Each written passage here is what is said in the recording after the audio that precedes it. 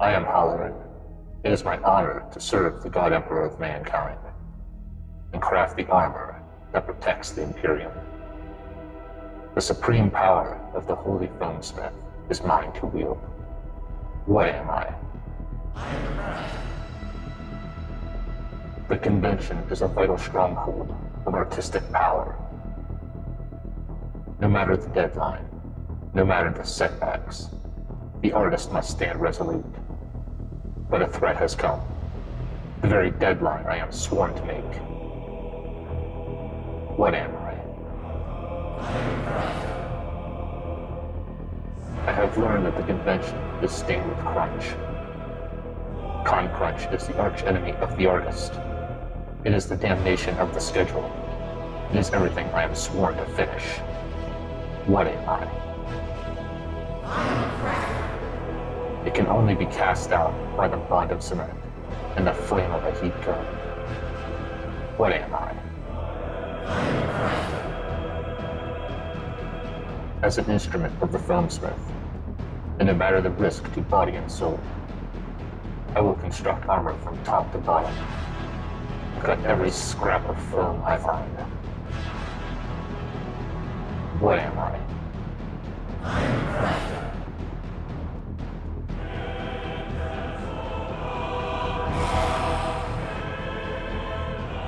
The Emperor protects.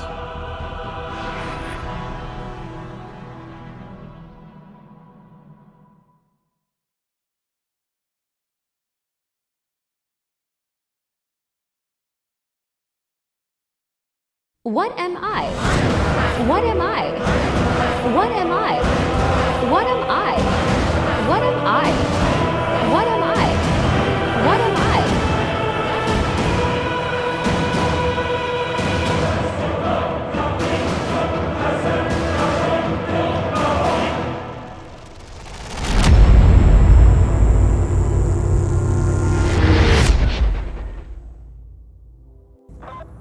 Hey there, new recruit. This is Sable. I see this is your first day on the Morning Star. I snuck you some dockets. Swing by the commissary and pick yourself out something nice. Welcome to this humble emporium. This unit bids you greetings. Hello, I'm here. State your objective. I would just like to buy some armor. Transaction subroutine Kappa Gamma 9714. Merchandise. Please feel free to browse. Okay. No, no, no. Ooh, I like this one. Your selection is most excellent. I'll take it. Selection logged for transactional analysis. Transaction progression in operation. Processing transaction. Processing. Processing. Payment complete. Well, can I have my armor? Retail unit active. How may this unit assist?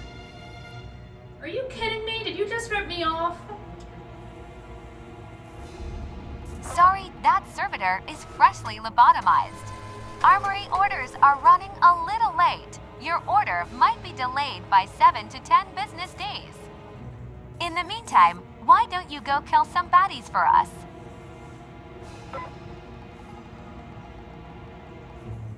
Have an excellent day. Switch into standby in 3, 2, 1.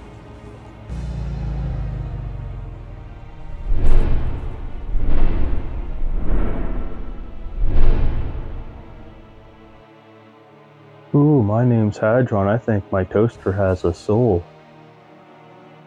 You don't have a soul in there, do you? Not anymore, you don't. What's this? New work order. Well, at least it looks cool. Hello, and welcome to the final part in this Darktide build series. In this episode, I'll be showing you how I made this really cool Zealot costume for my wife. So, let's get building. We started with the upper body first. A lot of the non-premium armor sets seem to be built from the very similar base design for the shirt, and that's where we're starting. To figure out exactly what this base design is, I grabbed references from both in-game and on ArtStation for the original concept art for this armor set. This base shirt design will mostly be hidden, so I can cheat and cut corners on this part if needed, which I will do for the sleeves. The base shirt is meant to be a short sleeve with a long sleeve underneath, but in this specific armor set, they're the same color and style of fabric, and because the cowl covers up the short sleeves, I don't really need to make them, so I'm not. We started with a junk long sleeve shirt and some scrap fabric. The long sleeve shirt made up the base for the template, and I grabbed some scrap fabric and then started mocking up the additional pieces like the neck and the apron that hangs down on the front and back. I also used a silver marker and drew out how high the shirt needed to be at the bottom and where the shirt will split in the front. With that all figured out, the shirt went over to my craft table to get this ready to be turned into a template and pinned everything in place. I then worked on the modifications. I marked the back center seam, and then cut the front separation, and added more fabric to make up what would be its overlap. I then cut that up into its individual pieces, and then spread out my roll of fake suede, and traced all those pieces out.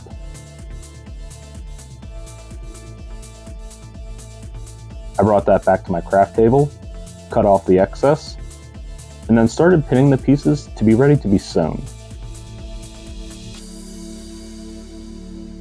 And with that good to go, came the process of going back and forth between the sewing machine and pinning the shirt over and over until we finally had the shirt mostly sewn.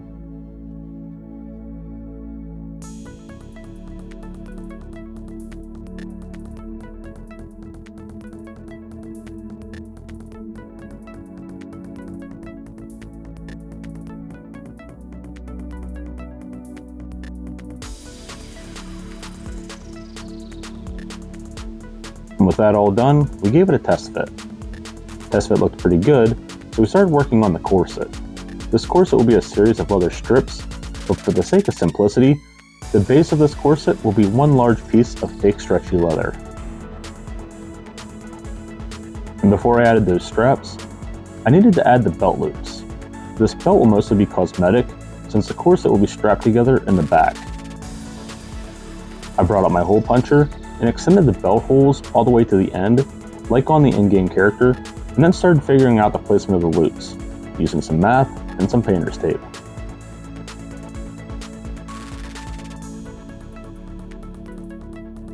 I then started cutting out some scrap fabric to make up the loops, and folded and sewn their edges so that they look all fancy. I then pinned those to the underside of the corset, sewn those ends on, then gave them a flip, and pinned the other end to the corset as well, and then sewn them on too. And from there I could finally move on to making all the straps that go around the midsection.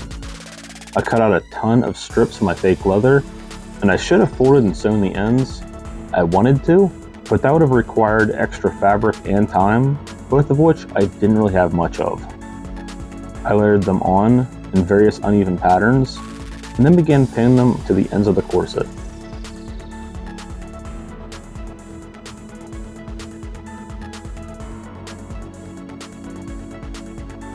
And after sewing them on the ends, I needed them to stay somewhat secure, so I hand stitched them to the main corset in several places, mostly in spots where they were underneath another strap to hide the stitching. And from there I went back to working on the shirt. I used some gray fake leather to make the covers for where the shirt is meant to button. I folded and pinned the ends to be sewn. After sewing those on, I then brought out some Velcro to put on underneath. The shirt's meant to be closed via buttons, but because these won't really be seen, Velcro is just faster and easier to both make and wear. I pinned the Velcro first and sewn those on. and then followed that with the covers, pinning those in place and sewing them with the same stitch pattern that are on them in game, including a line for the buttonhole in the off chance I ever wanted to sew a fake button. And then started working on sewing the apron in the front and back. These will extend out from underneath the corset and the leather straps when assembled. I pinned those in place and then sewn them on.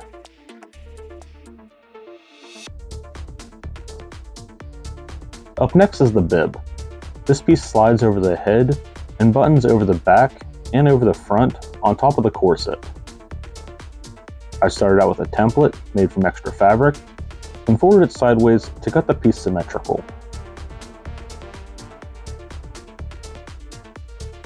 I then took this over to my mannequin and started working on mocking up the collar. This took some trial and error to get the curve of the shoulders around the neck just right, but I got it.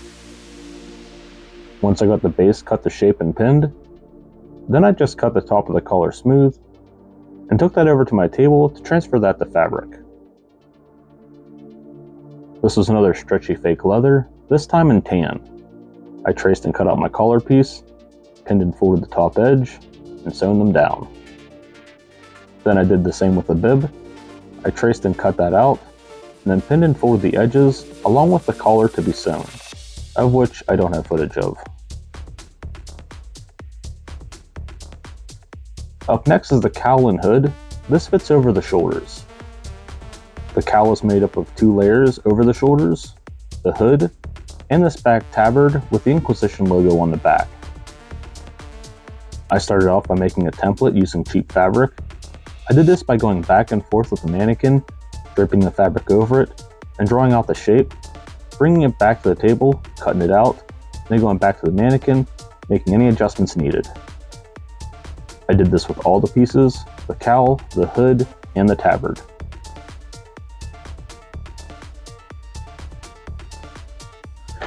Okay, so I have the entire pattern out for the hood, but everything with the hood, the cowl, and all that has this really cool printed texture on it. It's like a floral design with some skulls. How close I get to that, I'm not 100% sure yet. But the thing is, I do want something on there. So what I have is a scrap piece of fabric and a bunch of different paints. The idea is I'm going to test these out and see which one gets me something that looks close to that color-wise. The blue fabric that I'm using for this is not ideal. It's got about the right texture that I wanted, but it's a little too shiny. I was hoping for it to be a little more muted, but it is what it is. I gotta work with what I got now. So the idea is I'm gonna take each one of these, just do like a little test thing, and then see how it compares to the fabric in terms of the contrast, because the printed texture is not completely stand out. Actually, the more I look at it, it looks like there's maybe 2 tones to it. There's a darker and lighter thing. I might be lazy and just do one and then that's it. Time constraints and all, but yes, that's what I'm going to be doing here. I have everything from whites to blues, because if you look at it, the printed image is a blue, but I want to see how everything reacts. So it's a light blue to like a more grayed out blue-ish kind of thing. I don't know my colors. But yeah, I'm gonna try and see how they all react with the fabric. Do like a light coat, maybe a dark coat, do a combination of the two, or you know what I mean? And then for each one, and then maybe somehow lay these out so that I don't forget what one was which. And then when it all dries, I'll take a look at it, see what one works best. All right, let's do this.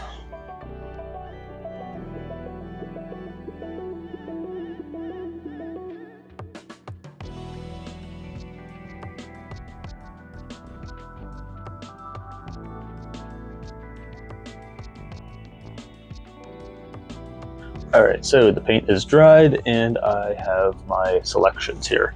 It's going to be very hard to pick up on camera, so I'm going to just explain what I'm looking at here.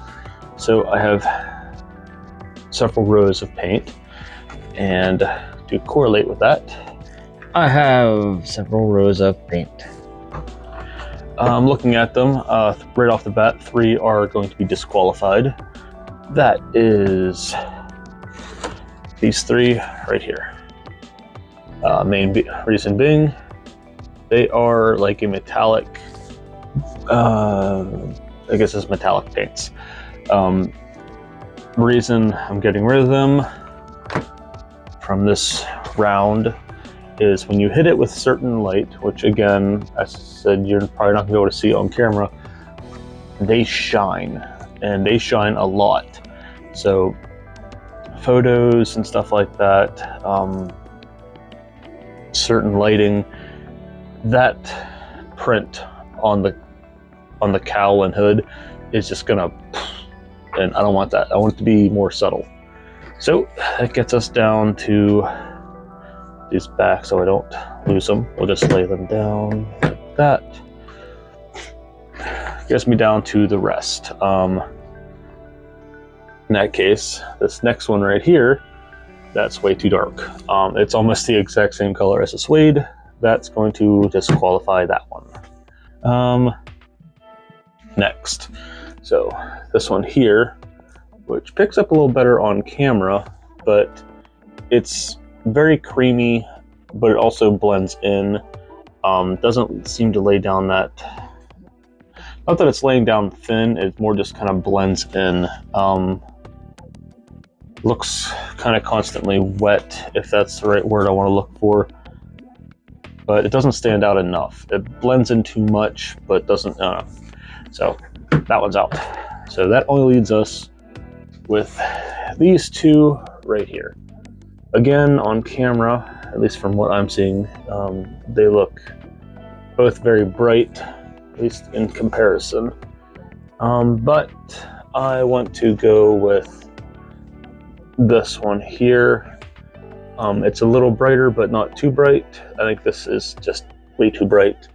So that's going to get us with this one here. I don't remember where I got it from or when. Does this have a date on it? Because I can guarantee it is ancient. All I'm seeing is copyright 1988 to 2000. I don't want to say this is that old. So this is definitely very old, but it's still almost full and it's pretty good. So I think this is going to be the one we're using, which means I'm going to put the rest of these away. So what I'm going to do now is take all my fabric here, which is my templates for all 5 layers of the freaking cowl and hood, cut them out, set them aside, and then start figuring out a template for this. Real quick. Now I might be lazy. I would like the pattern that is on there, but the chances of me getting that exactly is low. Oh, this is... Really? Can we just take the packaging off? Oh my god. Fast forward! Yeah, alright. But I found these really cool paint rollers. These are mostly for painting certain patterns and textures onto your wall. But I forget how much this was.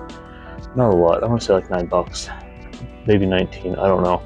But there's floral patterns on this, which means that I could literally just take a tray of paint on that, fill that up, and then just run this along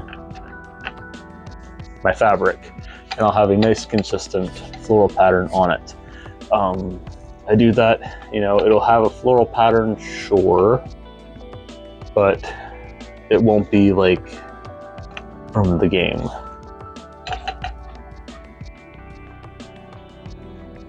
Now, it won't be hard for me to just draw out the design once I have the fabric laid out, see how big I want it to be, and then maybe make a roll of foam to kind of encapsulate that, and then make a giant roll of that, and then roll that. That would be kind of cool. I don't know how big of a roll that would be, because the print on that, looking at the image, which I have right behind the camera right now, I would say that image is going to be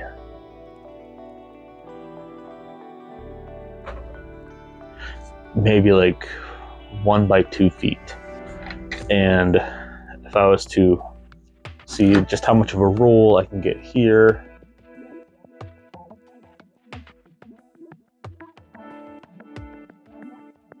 yeah, this roll runs around 6 inches around. So that would be a very big roll. I mean, that would be a roll like that, which means I'd probably have to make it a paper template of some kind, lay it down, and then paint. And we're very pressed for time, so I'll contemplate it as I cut the fabric out. And with Sable's assistance, I laid those templates out on my fabric and then traced and cut those pieces out.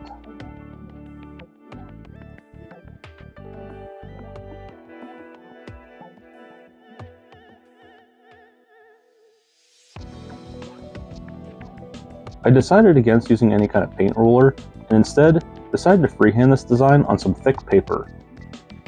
I started this process by first getting the scale figured out by lining up the paper to the back tabard. I used watercolor paper for this because I needed something that could withstand multiple passes of paint. I taped several pieces together and started drawing out the centerpiece of the design, the skull. I only needed to draw half of this because when I go to cut the template out, I'll just do it while it's folded in half. This way the template will be perfectly symmetrical in design. I started out with light pencil lines, and once I liked what I had, I went over it again with marker. To get this as close as possible, I used multiple images of the armor from various angles, so that I could make out every part of the design.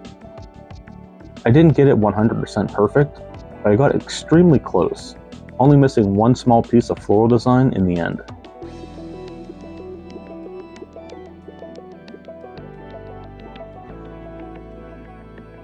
And from there, I folded the template in half and cut out the image.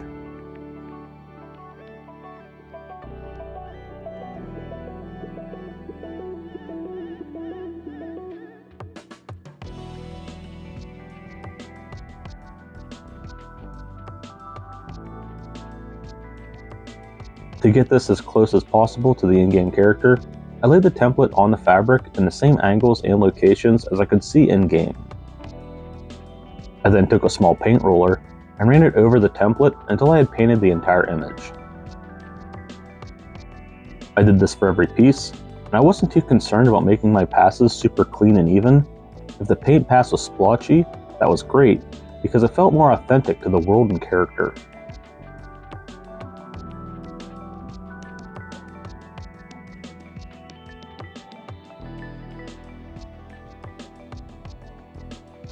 Okay, so first coat on everything is done, and it's actually looking really good. How do I put this? Okay, so it does look good. I'm giving it that. But I did kind of an oopsie, but not really. Maybe like a happy accident.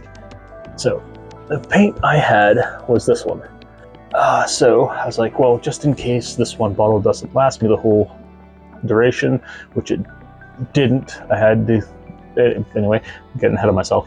I went out and bought something as close to it as I could find, which was this.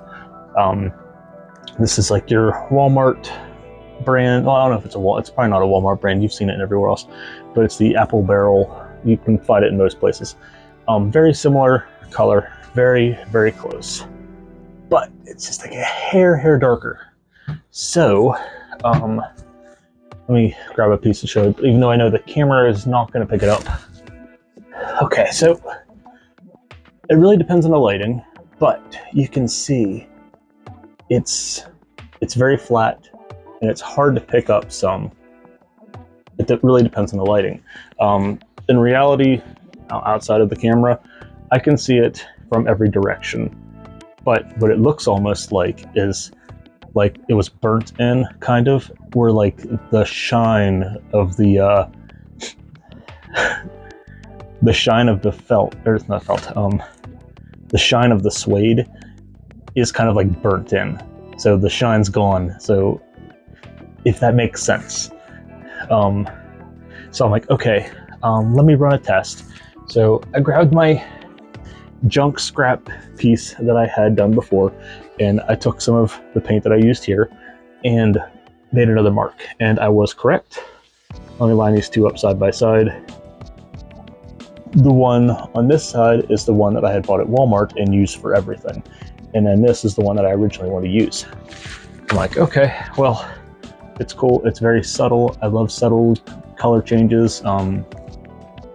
But the more I look at this, and I was aware of it from the start. I wasn't really planning on doing it, but considering how fast this took to do, and I like how it turned out, I was thinking this print is a two-tone. So my idea, I already have my little template that I made. I'm currently waiting for it to dry. What I want to do is take some masking tape and recover the pieces that are dark on here, and then leave exposed the light pieces, and then take this and put it over everywhere I've already gone with a slightly lighter shade and give me a two-tone that I want. I hope it doesn't ruin it, but if I do, I mean, whatever. Right now this thing's a bit of a rushed build anyway, so not gonna hurt my feelings any. But I like this idea, and I know I just said rushed build. Here I am doing this. Don't care. I like it too much that I cannot do it at this point. So I'm currently waiting for this to dry. I will attach it to the back side, the masking tape, and then once that's done, I'll lay it back down on top of everything else. Good to go. It's gonna be awesome. So I flipped the template over, taped up the pieces that weren't needed to get ready for the second pass.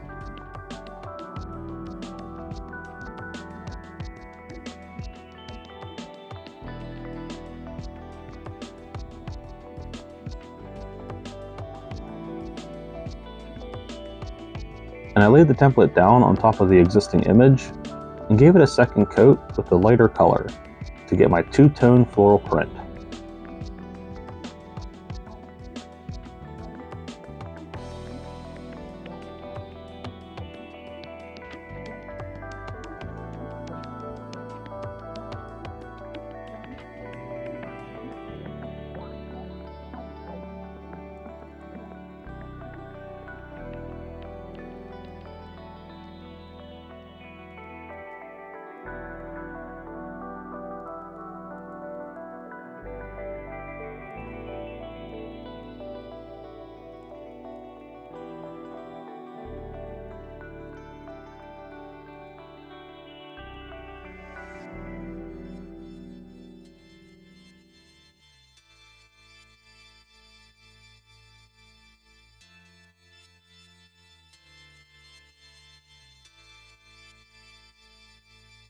With that all finally done, I could get back to sewing the cowl and hood. I started by folding and pinning the edges to sew those ends.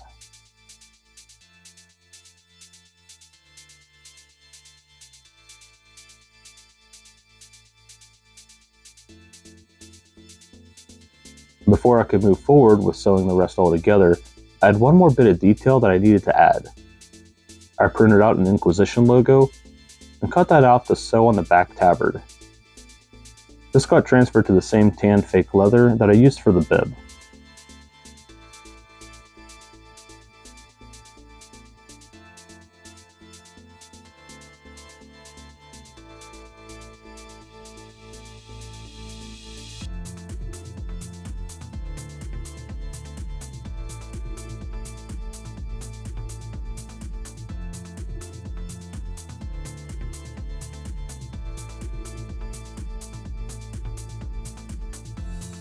I then pinned that in place and sewed along the outer edge of the Inquisition logo. Going nice and slow, sometimes going as far as using the hand wheel to crank the needle one stitch at a time. Anything to get those small parts just right.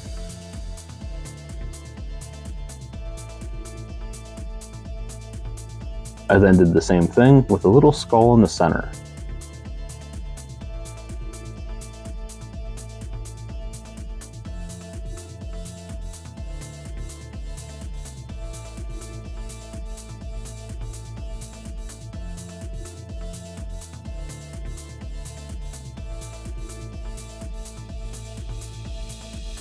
And with that all done, I took the back tabard and pinned it to the cowl to be sewn. Once that was sewn on, I moved on to finishing the rest of the pieces. One thing I don't have footage of, but for the hood, I had sewn a second layer inside that was one single piece. The hood in-game has some extra floof to it where it bunches up around the neck.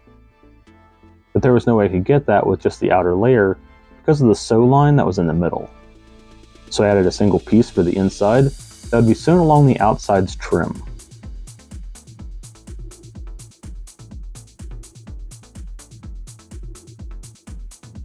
And last but not least, I needed to pin and sew the outer cowl piece. This one was a little tricky because in game, it's hard to tell, but it looks like it flows freely at the top and bottom, and it's only attached at its mounting points in the front, somehow magically holding itself up at the shoulders. This was completely impractical, especially considering it needs to hold the pauldrons. So I pinned it in various locations to make sure it stayed. I also needed the hood to be tighter in the inner edges in the front, so I pinned that up as well to be sewn.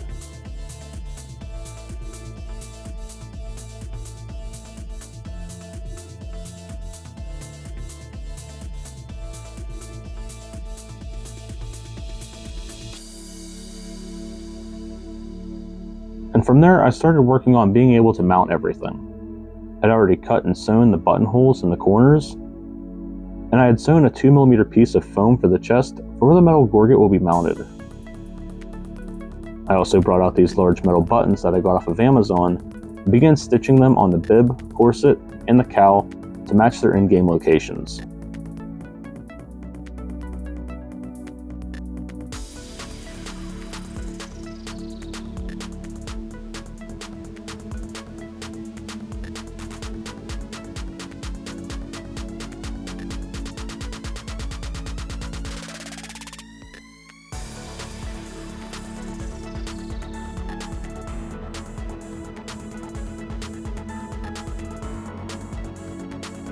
And the last bit of sewing needed for the upper body were the pouches. This character has several pouches around their waist, and they're a circular bag style pouch. I sewed out circles first, and then for the lid, I extended it to also be a supportive backing as well, that I can also sew a belt loop to for mounting. I then used my hole puncher and rivet clamps to make holes for the drawstring, which is just a brown shoestring. And with that all done, I drew the string through the holes and tied off the ends.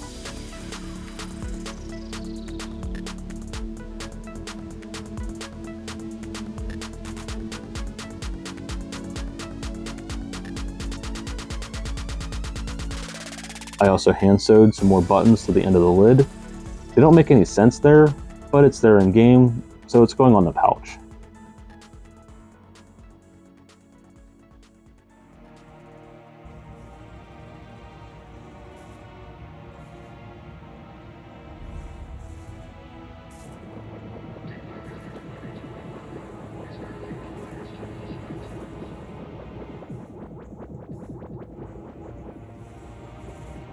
I can't believe we're still waiting on that order.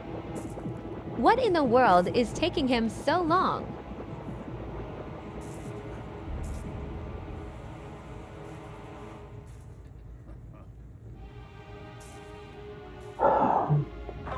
Hey, are you done yet? These things, they take time. Our new recruit needs her armor. It's just fashion. She'll be fine. You know our motto here on the Morning Star. Yeah, I know. No day is ever too busy to stop in and get the hookup, huh? You can't fight crime if you ain't cute. Hey, people! I hope our new recruit is holding up okay.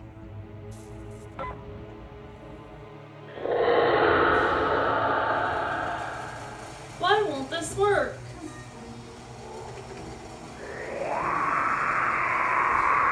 Come on, work. And with all the upper body sewing done, all that was left was to make the armor. We started by mocking up each individual piece for the whole set. Some pieces just used paper, while others used aluminum foil to mock up their shape. It all came down to what individual piece needed. And of course, Sable wanted to be a part of the process as well.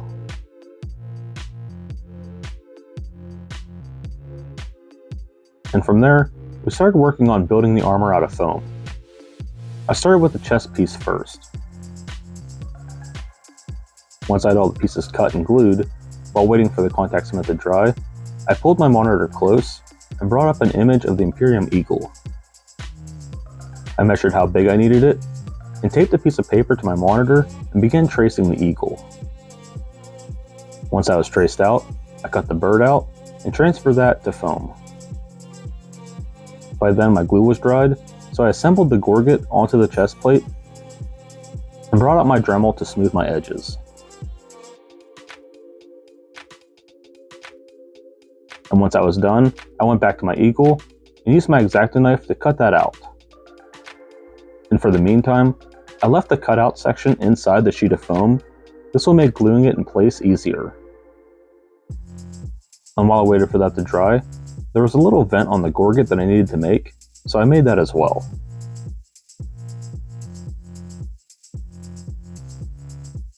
And with the glue dry, I brought the eagle back over and pressed it where I wanted it. I then pulled the excess foam away and used my X-Acto knife to clean up anything that was left behind. I then finished the gorget off by attaching the vents.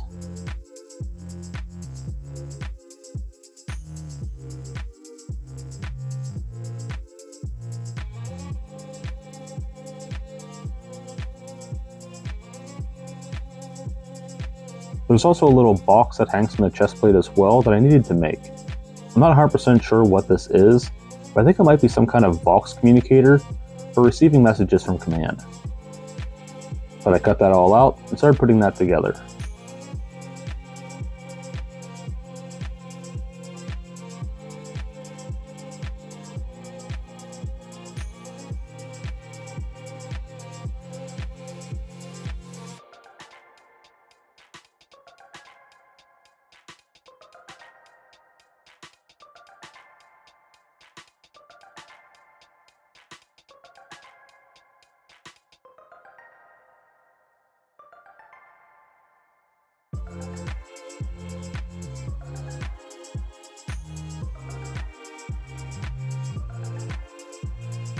This box hangs over the stomach from the chest plate, so I used some more fake leather and made some strips for it to hang from, and glued them on.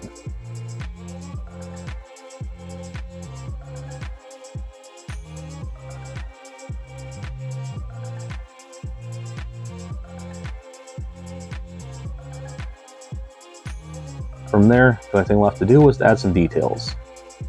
Buttons, dials, resistors, vents, and a little power cord on the side.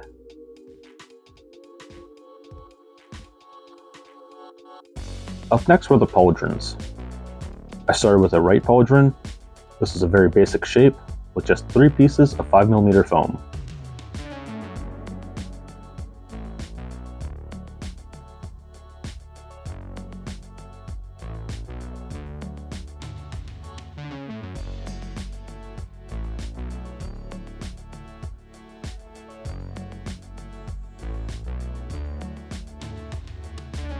With those all put together, I made some rivets with more foam.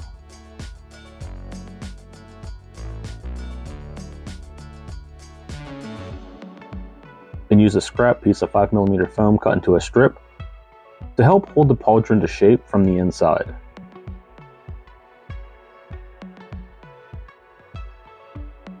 And then I started the left pauldron.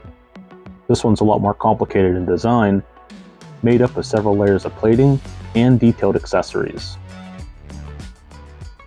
I started with my duct tape template that I'd made previously, and refined that to paper, and transferred that to foam.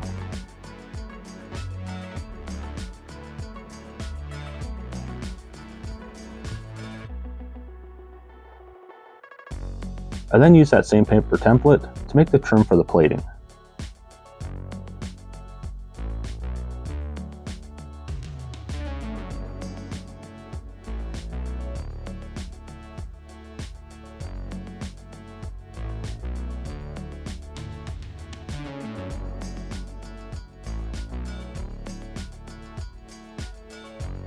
I then glued that trim to the plate and started building the rest of the plates.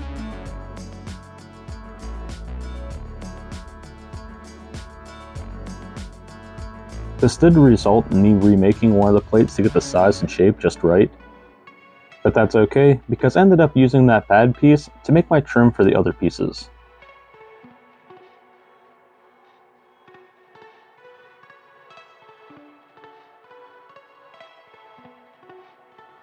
I glued those bottom trim pieces to the outer and inner plates, and then started mocking up the very top piece that acts like a neck guard on the pauldron.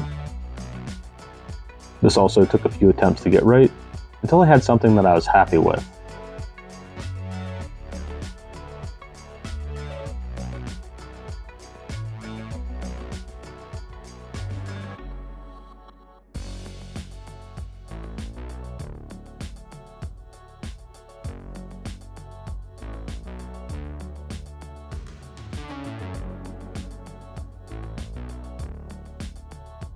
And with that on, I made up some circles in 5mm foam and glued them onto the bottom plate trim to make up some fake rivets.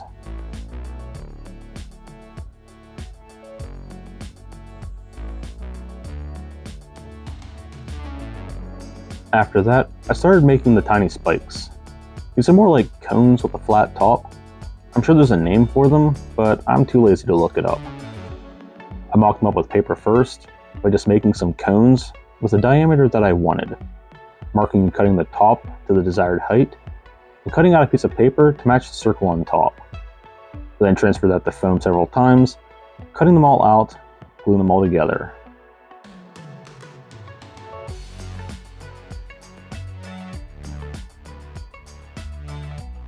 With those all ready, I glued them onto the pauldron.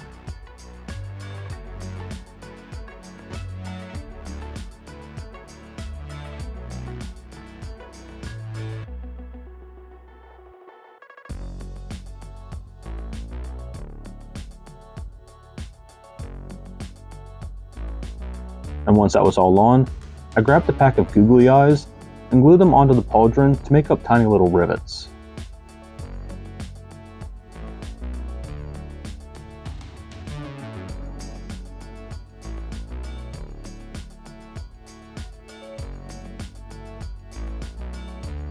From there, the pauldron was mostly done, except for one cool little detail: the candles. I wanted to try and make these flicker, so I bought a box of fake candles to be used as the base.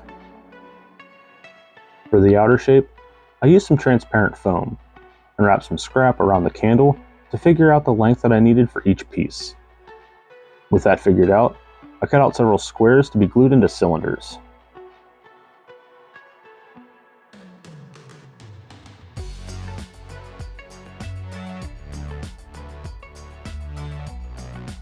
I then glued those cylinders together, started mocking up where I wanted to be on the pauldron and at what angles, because I was going to need to trim the bottom to match the curvature of the pauldron. I then broke apart the fake candles and cut off the tips so that the flame tip can be inserted into the top of the transparent foam cylinder.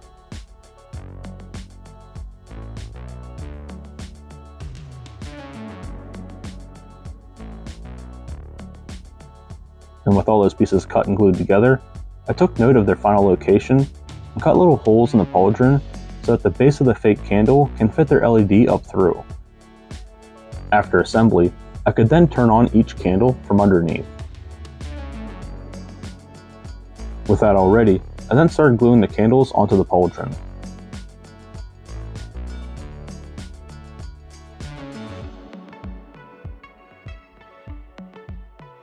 And to give the illusion of dripping wax, I brought out my hot glue gun and ran hot glue around the top rim of the candle, making sure that it dripped and ran down along the outside. And from there, I knew that I was going to need a way to easily change the batteries and turn everything off and on, so I decided to put the base of the LED candles onto a sheet of foam that would then velcro to the underside of the top plate. This honestly would have been a lot easier to figure out before gluing the candles on top, but I managed and glued the LEDs into their proper place.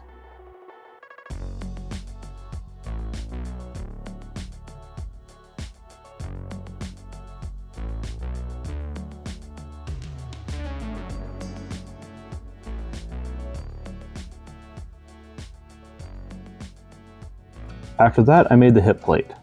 This was a fairly easy piece to do. This was made in 10mm foam, traced out of my template that I had made previously.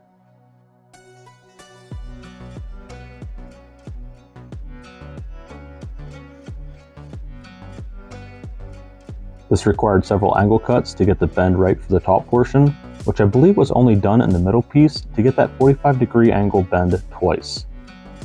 The top and bottom both had straight cuts.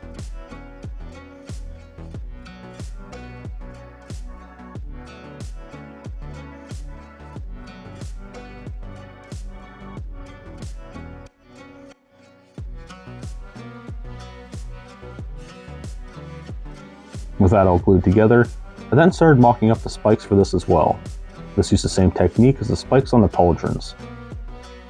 I cut all those pieces out, and while waiting for the contact cement to dry, I sanded down my edges to clean up the hip plate.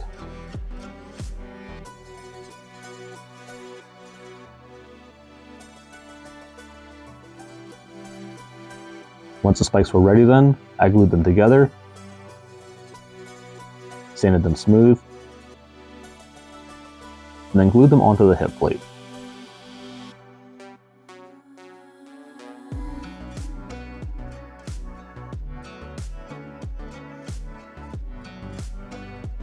Only thing left to do then was to carve out some battle damage, doing my best to match every scratch, nick, and bullet hole that I could see on the in-game model.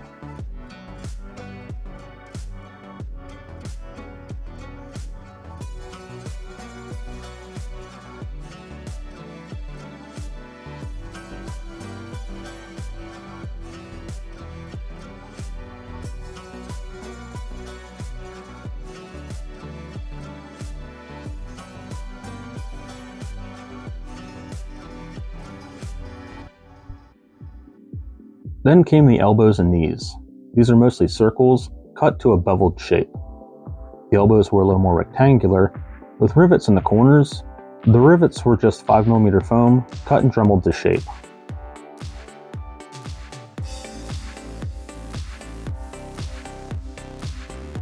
The knees were more rounded and beveled, so they required more splits in the foam to get it to bend more.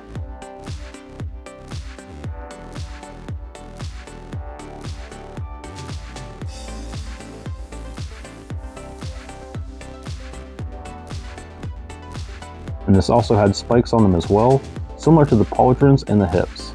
But because they were so small, there was no need to go all out by rolling foam. Instead, I just cut out some 10mm foam into rectangles, laminated them together to make them 20mm blocks, and then cut them into little pyramids.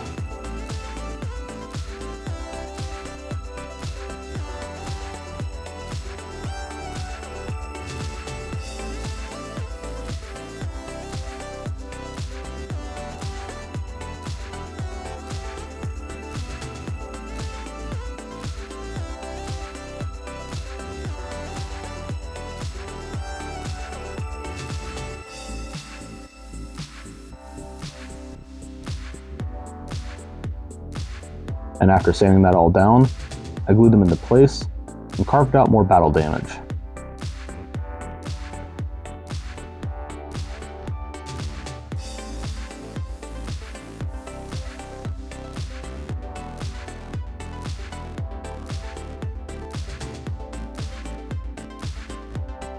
And from there, the only thing left to build armor-wise were the gauntlets.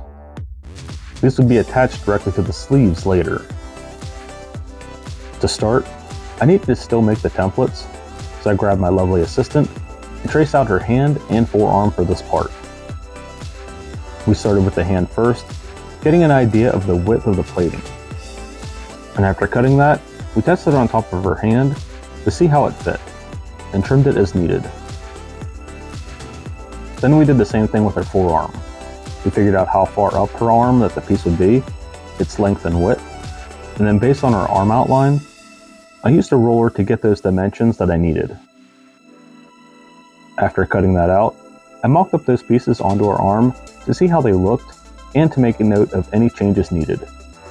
They looked pretty good, so we were ready to transfer this all to foam. This all got transferred to 5mm foam, making sure to make a second set mirrored from the first so that I had a left and right hand. The outer pieces got an angle cut, while the center got a straight cut. This way the ends would be bent downward at a 45. I did the same thing with the forearm pieces as well.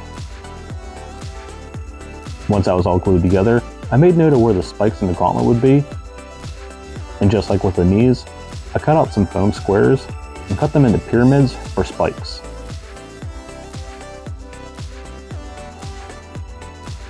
With everything all cleaned up, I glued them all in place. And from there, all the armor pieces were built.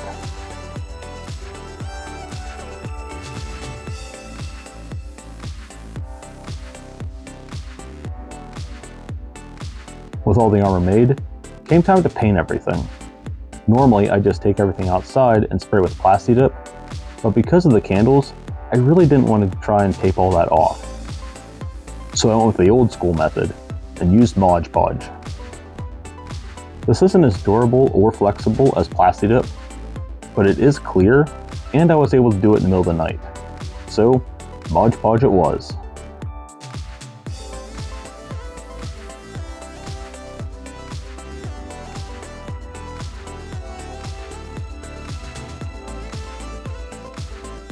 Once all the Mod Podge was dried, I went over every piece with a base coat of black. This was a metallic black that I had used for the base for a lot of my armor and weapons. It has a mild gloss to it when it dries, but it's not overwhelming.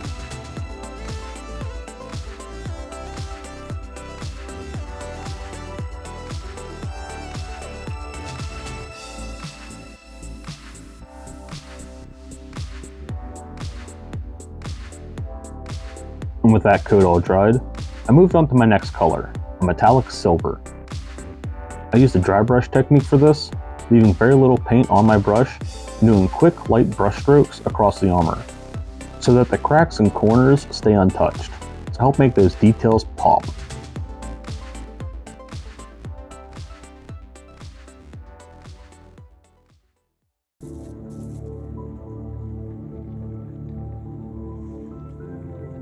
Okay, so I forgot to record a couple things, so we're going to talk about them real quick. First up, we'll talk about the purity seals. Obviously, they're just pieces of fabric, and then I hand wrote everything on them, including the cool little emblems. Everything here that I wrote is all taken from mostly just the wiki for Darktide, specifically mostly to the Zealot page. So these are either quotes that the Zealots say themselves or something like that. As far as what is actually supposed to be on these things, I never know. I always get it wrong. I mean, there's supposed to be some kind of quote or something, but I needed lots of writing, as you can see with this, and I needed to find something that was very lengthy, so I more or less just found a bunch of stuff. It was also very hard to tell out what some of the stuff was, especially like the big writing here. So I just wrote Chastise the Wicked, which is a move, one of the special moves, I guess, for the Zealot. Another thing I really wanted to talk about is something I have done in the past, and that is purity seals, the stamps themselves. I've done them once before on this, and I need to make a new video on how to do this. But I have a new technique that I have found and I really enjoy, and I'm going to explain it to you real quick. It's going to take a couple different things. something to make a mold with. I used a 3D printer. This isn't the end product. Originally, my idea was I'll just 3D print the thing and then be done. But I didn't like how stiff and rigid it was. Plus, I wanted something that I could actually make sure would stay. So what I did was I took this mold here, got some hot glue, and poured it all over top of this, just to get the indentation for the skull and the circular part, just that alone. As that was drying, I took a foam dowel and I put it at the end of the hot glue. And what I created was a stamp. This right here. That all done. What I did, I took my foam clay. This is my favorite foam clay that I've used so far.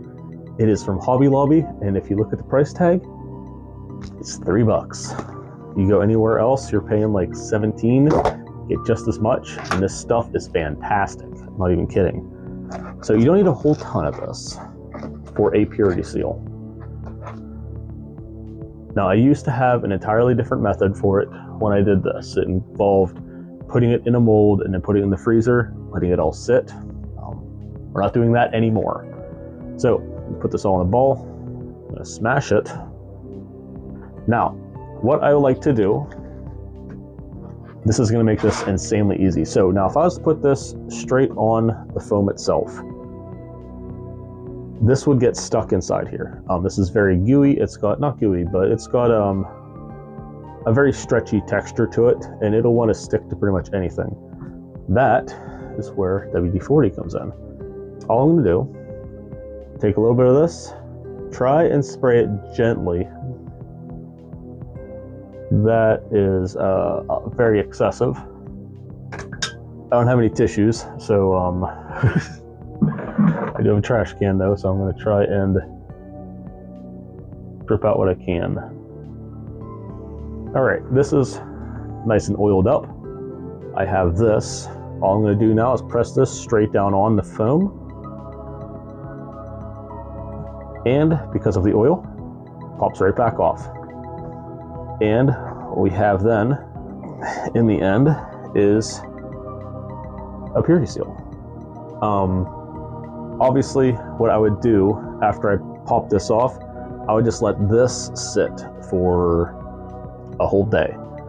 So if I wanted to make a series of these, really, all I need is like a piece of paper to lay all these on, make my mold. Now you don't obviously need to 3D print this.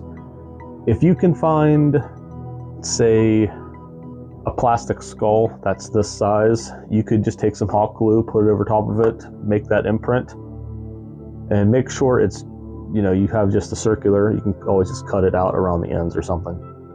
And then hot glue that, make a little stamp out of it like this. But this is super cool, super fast, and it works so well. It's my new favorite thing. I definitely will probably make a really short video for purity seals on this later. But yeah, that's all we really need. A little bit of foam clay, WD-40, something to make a stamp with, and then your end stamp. And your end result is going to keep getting smushed because I keep handling it around. But I'm just going to put that back into a ball and put it right back into my foam clay. And that's that.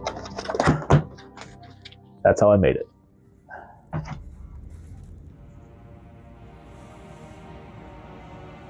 Oh, this is freaking ridiculous.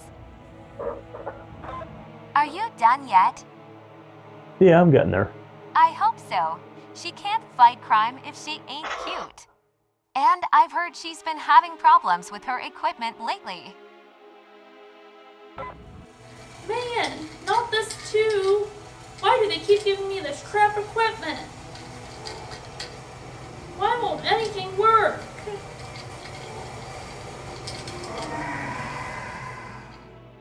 Up next were some of the small details, like the chain mounts on the chest and the clip for the scroll that hangs from the end of the chain. To make these, I found my new favorite tool, Tinkercad. You can't do everything with this, but it's free, and I was able to make what I needed. And with those all modeled, I threw them in my slicer program and sent them over to my 3D printer to print. Once printed, I brought those pieces over to my desk and broke free all the excess support material. Then I did some quick cleanup with my Dremel, especially around the chain hooks to make sure the chain had room to move.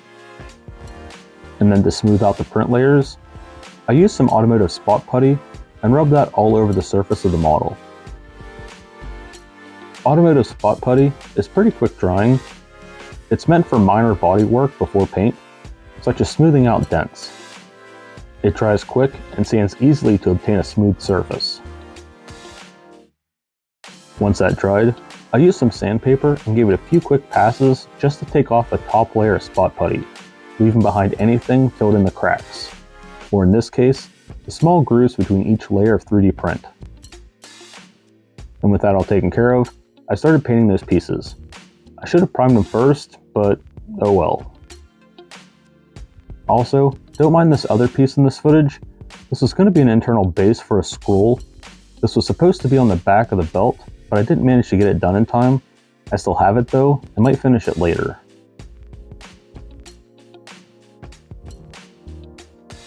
I then gave those pieces a coat of metallic silver, just like the armor.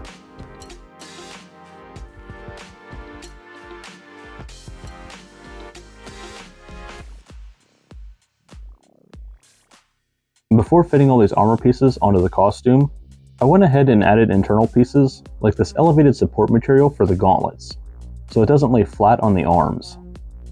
I also glued the straps onto the armor, like the gauntlets.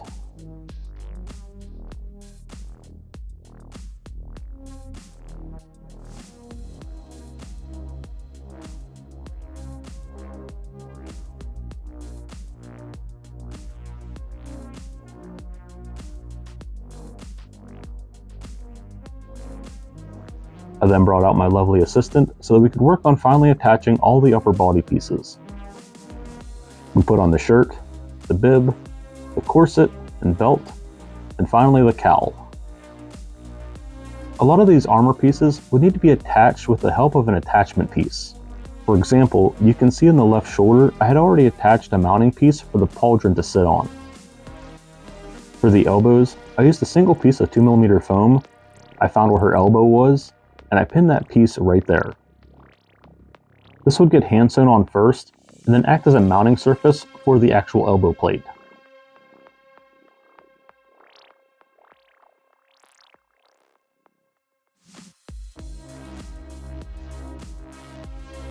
For the gauntlets, the hand plates would be glued to a pair of fingerless gloves. However, while the forearm plates could just be held on with straps, I had worries about it rotating and shifting, so I attached Velcro to the inside of the plate, and we tested on the gauntlet to see where it would rest on her, and pinned the Velcro to her sleeve.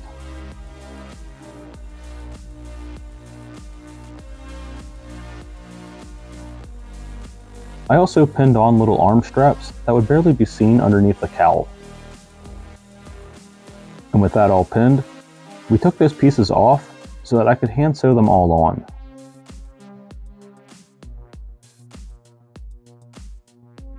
And with those all stitched up, we put the upper body pieces back on to finally start permanently attaching those pieces to the body. The left pauldron got glued and pressed into place. The same with the chest plate. Then we mocked up the location for the pins that would hold the chains. I marked their locations for later to be hand sewn in place. Everything else was looking good, so we took it all back off so I could move on to working on the lower body. And last but not least, the pants. To make this pattern, we started with a cheap pair of sweatpants, which I cut up to create a pattern with.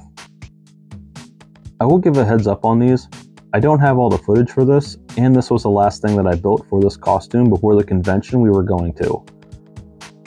I think I made these over a 2-day period, and they were very rushed. I'm not super happy with their end result either, but I do plan on fixing them up later.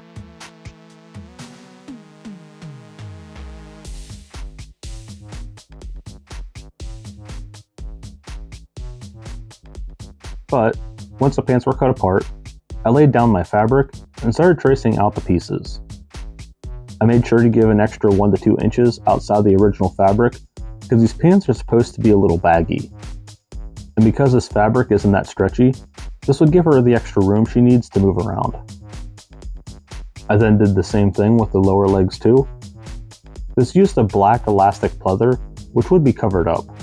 I used this instead of the blue because I didn't have as much blue fabric left, and the shims would be wrapped in black bandages anyway, so this black base underneath could help.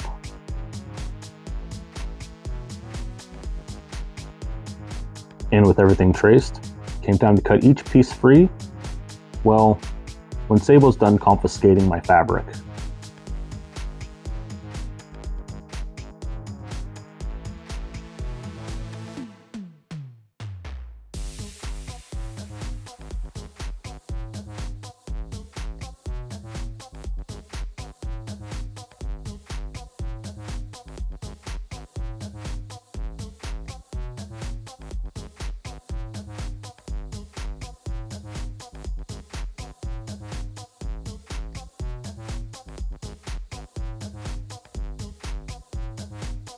Once everything was cut free, then came the long process of pinning everything to be sewn.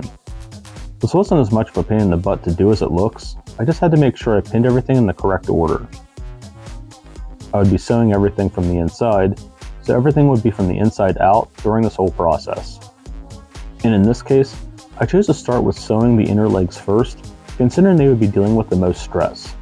I wanted to give them the extra attention that they needed before it got too hard to sew.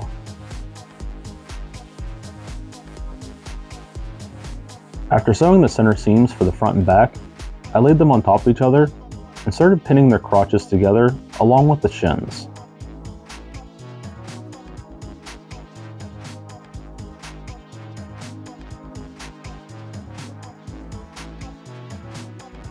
Once the inner portions of the pants were sewn, then I moved on to pinning the outside.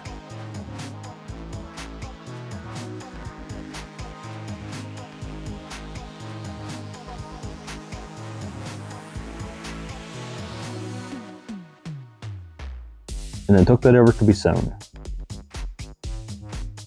With that done, then I moved up to the waistband. Still leaving the pants inside out, I pinned the band to the top portion of the pants.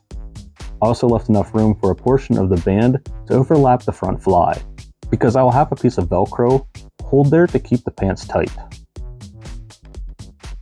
And from there, I pinned the Velcro in the fly and on top of the waistband to be sewn on. I also made up the straps for the knees. This used a gray pleather fabric that I used a lot in my Scab Captain costume.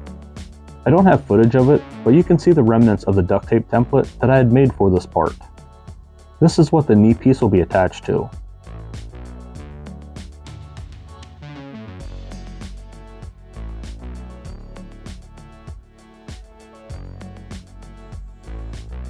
After sewing the pieces together, I pinned a circular piece of 2mm foam to the front center to be sewn on.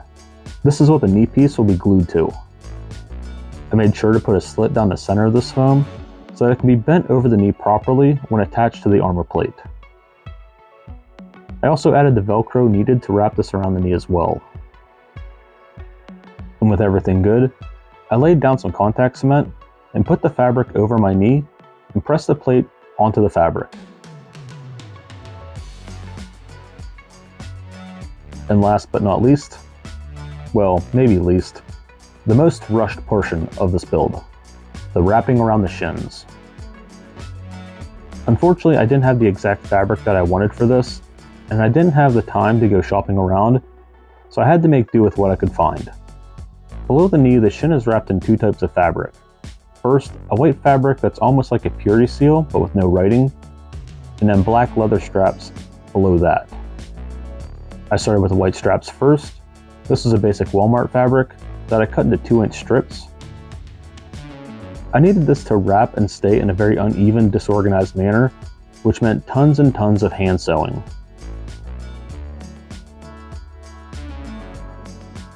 Since I don't have the footage, I might as well discuss what happened after this. We did a lower body test fit, and the shins were supposed to be form-fitting, but this was obviously too loose. I needed them tighter, but but I still needed her to be able to put these pants on and get her feet through the legs easily. So I cut them down the back center, overlapped them, and sewn in some Velcro so she can now put them on and then just close them in the back.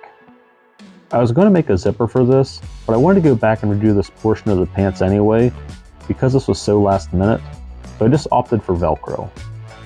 And when I say last minute, I mean this portion was finished the morning of the convention. It was hectic, I just needed to get them done.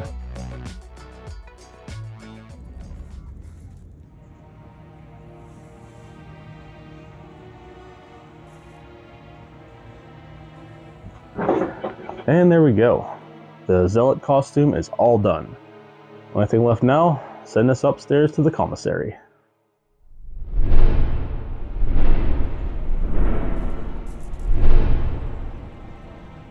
Is my armor ready yet? I can't fight crime if I ain't cute.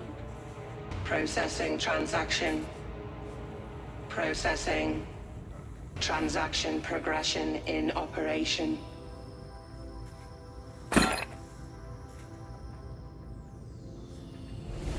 This unit will be pleased to serve you again. Emperor be praised. End transaction. Let's take a look at just how fabulous you look.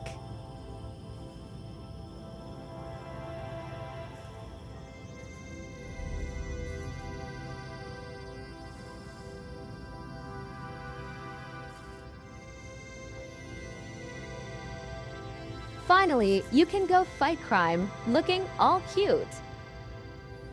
Hey, what are you doing? Put me down. I'm an important figure here on the Morning Star.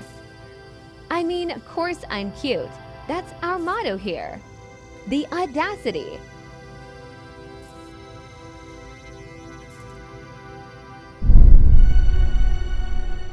What was that? We're under attack from within. How is that possible? Round the troops. Gather your equipment and man your positions. Alert. Intruder detected. Intruder detected. Alert. Intruder detected. Intruder detected.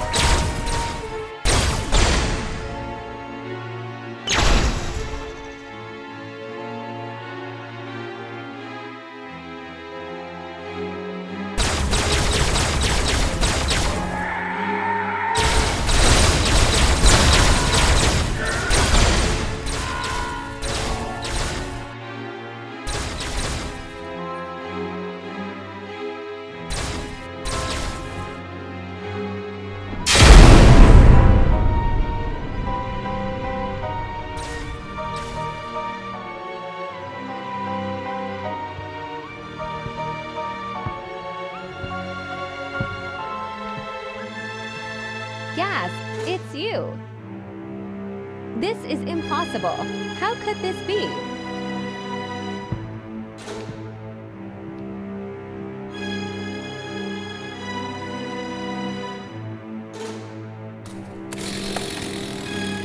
You got this. Go get him. Cute stuff.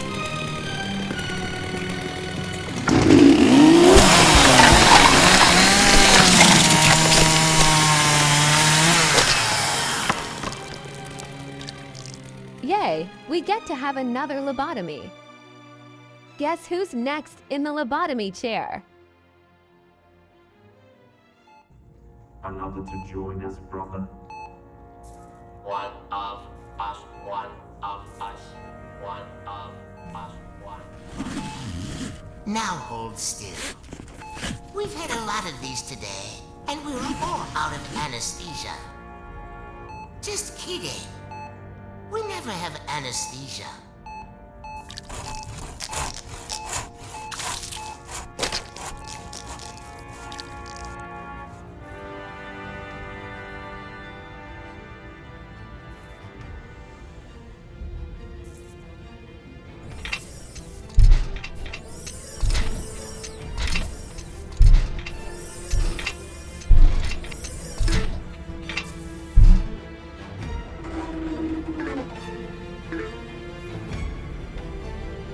Yeah, work order.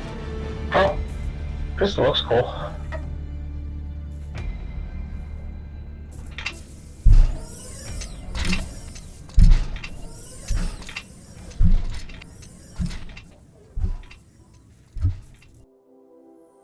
Thanks for watching. This was supposed to be our 10K sub video, and I guess it still technically is. It took us a while to get it out because we had made these in June, the costumes I mean, and both of us just kept getting sick back and forth, so it took us a while to sit down and record anything. In the meantime, though, we got married. We got married. We got married in costume. We had talked to some of the people there. It was very short notice, and they were like, yes, we can do it here. And we were like, that's cool, but we didn't have anything to wear. And we were like, wait, let's do it in costume. So we wore the same exact costumes here, our Darktide outfits, to the wedding at the convention, and it was pretty cool. I'm not going to ramble on for too long, so we're going to wrap this up. We got Darktide to play, and I have crafts to make, so I will see you guys in the next one. Sorry.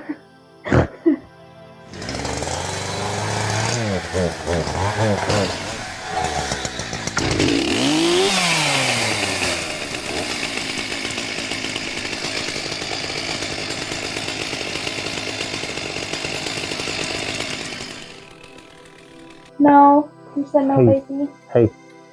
Oh, I love you. Oh, I love you too. Okay, yeah, it's Okay, not bye. happening. There you go. Oh, jeez. You're just making sure you got it on my cheeks, don't you? Is it on Proof there? of ownership. Proof of ownership. All right. What? Bye.